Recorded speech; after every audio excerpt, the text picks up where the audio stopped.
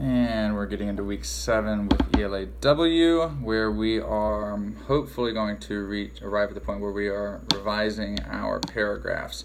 So we watched the butterfly video that hopefully gets students excited about the notion of revision.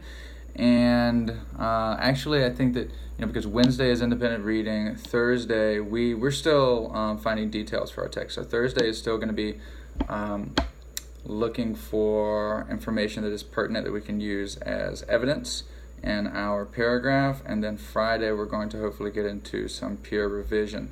It's my guess that a lot of the class, well, I'd say maybe half of each class, Friday is still going to need time to shore up their details, but then that allows for those that are just speeding through, because we have such a diversity of level in both Rutgers and South Carolina, that we will have those students that are moving right along should be at the point where they can revise each other's work on Friday, and then that will allow for Ms. Pappas and myself to really work with those students who need extra time to find good details for their work. So we'll go ahead and address those students, though, that are ready to peer revise, because we want to reiterate some of the things that we've coached you on so that you know what you're looking for when you are revising other people's work. First of all, make sure that the writing is in complete sentences. That means subject and predicate, just as we've spoken about when we've done our grammar work. Also, it means starting with capital letters,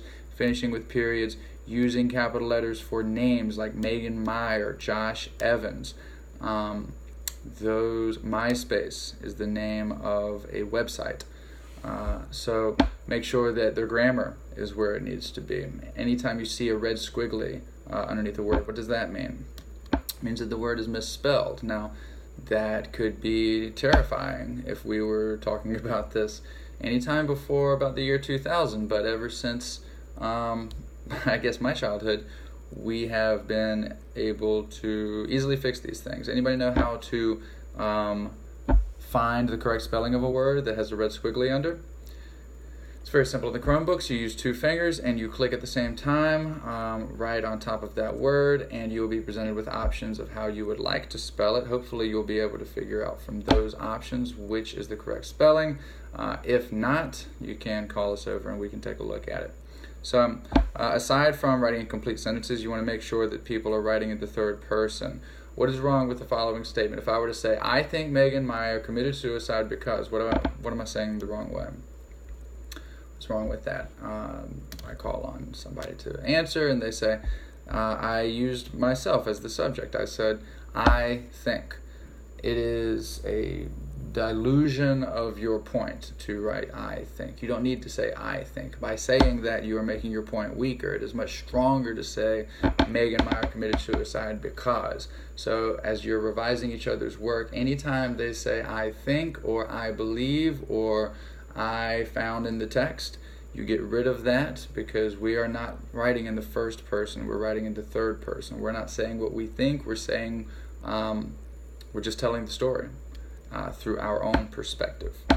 And lastly, what you're really looking for, and I'll have this on a PowerPoint slide, is that you are using the best evidence available to defend your point.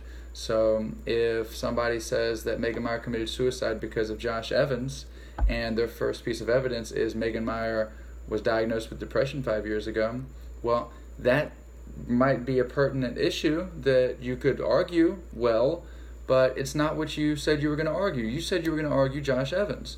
So you need to find information, and who can help us? Where would you find the best information that would prove that Josh Evans drove Megan Meyer to suicide? Hopefully someone can tell us from the social media history, from the MySpace account. And vice versa. If you're trying to prove that Megan Meyer had depression, then you need to go to the medical report, and you need to cite the medical report. You can't say in the text it says. You need to tell us what text you are citing. Be specific. And just as we spoke of capitalizing the names of titles, each piece of evidence is a proper noun. It is a name that deserves to be capitalized. So whether you're saying the police report, the social media history, or the medical report, all of those, as you use them as sources, need to be capitalized. So make sure that you're checking for that. Okay, that's it for our week. hopefully by the end of the week, everyone has something resembling a full paragraph that is either in the process of being revised, fully revised, or ready for revision, because next week we want to try and clean these up and add our conclusion statements.